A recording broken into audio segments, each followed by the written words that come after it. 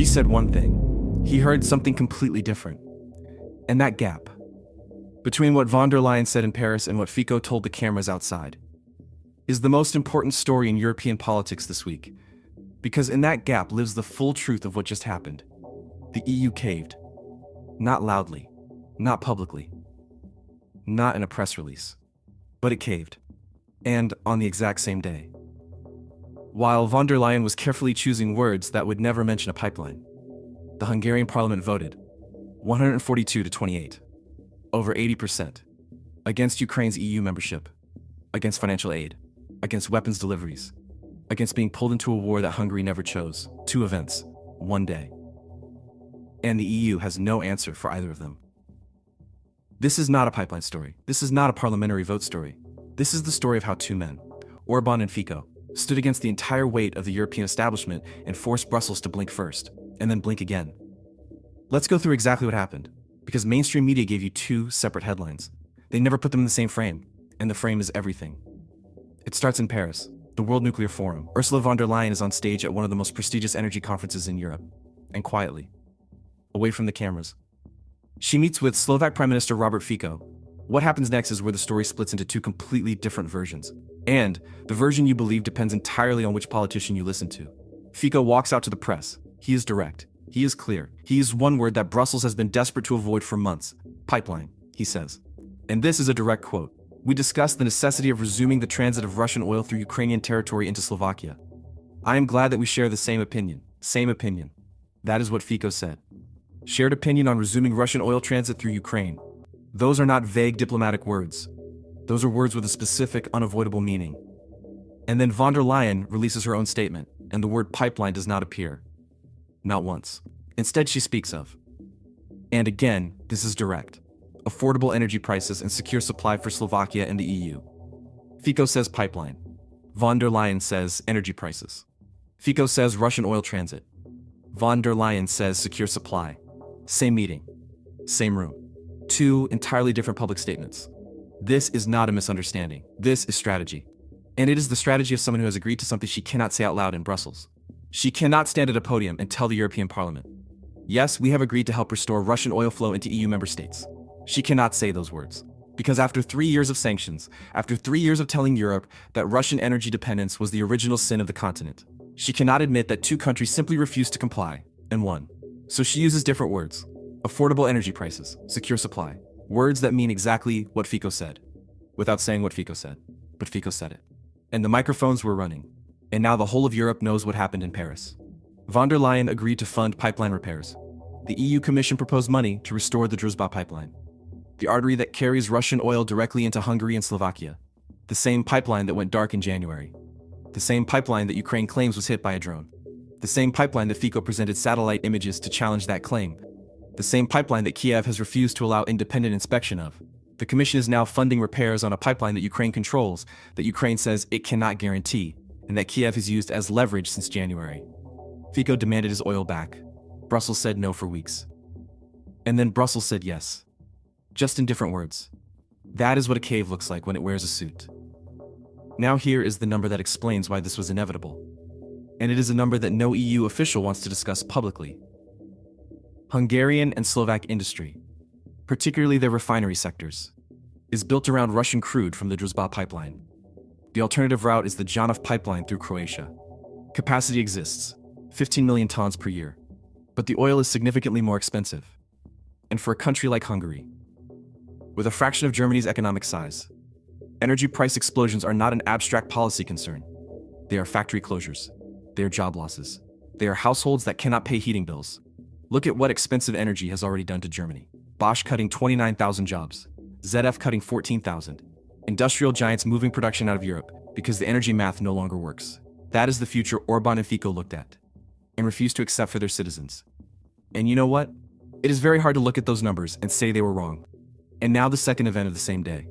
Because while von der Leyen was finding careful words in Paris, the Hungarian parliament was finding something far less careful. 142 votes against 28. 4 abstentions. 80% of the chamber.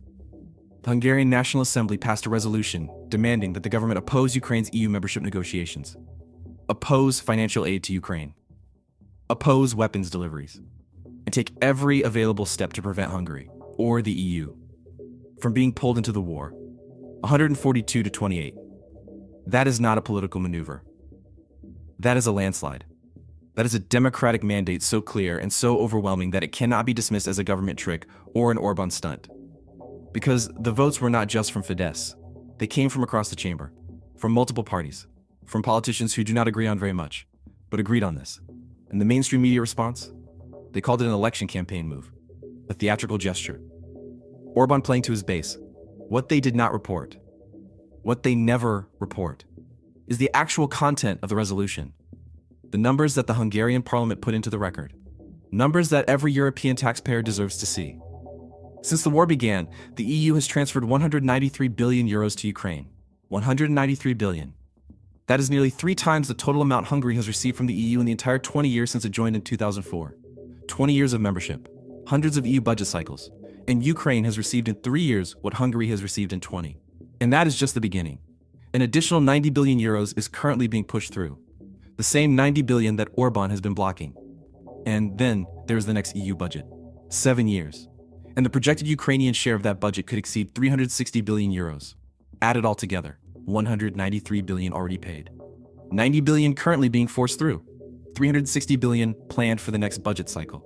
That is a number that no European broadcaster will put on a single screen for you. But the Hungarian parliament did, and they added one more figure.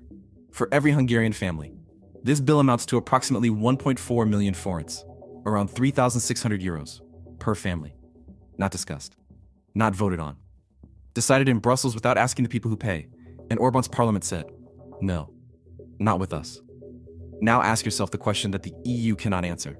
If this is an election campaign stunt, why did 80% of parliament vote for it? Why did members from multiple parties, including opposition figures, support the resolution? In what democracy does 80% of parliament mean nothing? The EU's answer is Article 7, the so-called nuclear option, stripping Hungary of its voting rights in the EU Council. European Parliament member Marie-Agnes Strack-Zimmermann demanded it immediately. Others echoed the call. But here's the problem. And even the EU's own experts admitted on German public television. Article 7 requires unanimous agreement from every other member state, every single one, and Slovakia, which just won its own pipeline battle in Paris, will not vote against Budapest. The mechanism that Brussels wants to use against Orbán requires the agreement of his closest ally in this fight. It will not happen. And an EU expert said it clearly on ZDF, Germany's public broadcaster. The EU shows that it is not a capable actor in foreign and security policy because it is always vulnerable to being held hostage. He did not say this from Budapest. He said it from inside the German media establishment. The EU's own analytical community is acknowledging what Orbán has been saying for years. And still, the EU Commission says it will deliver the loans so or so. Regardless. Against the veto. Against the parliamentary vote.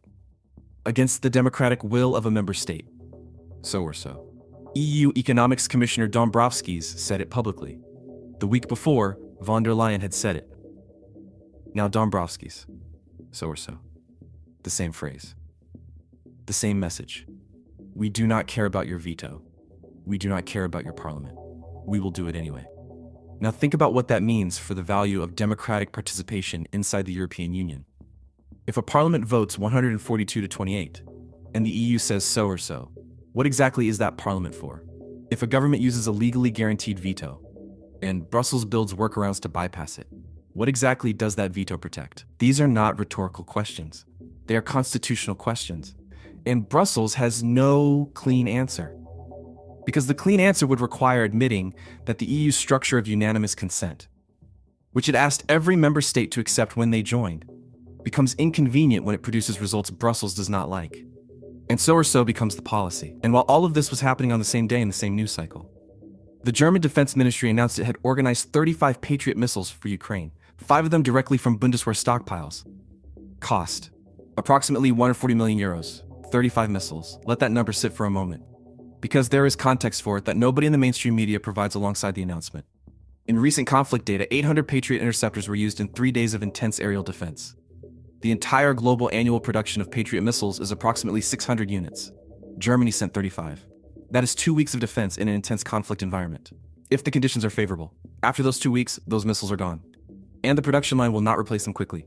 No citizen was asked about this. Not about the 35 missiles. Not about the 193 billion. Not about the 90 billion being forced through against a parliamentary veto.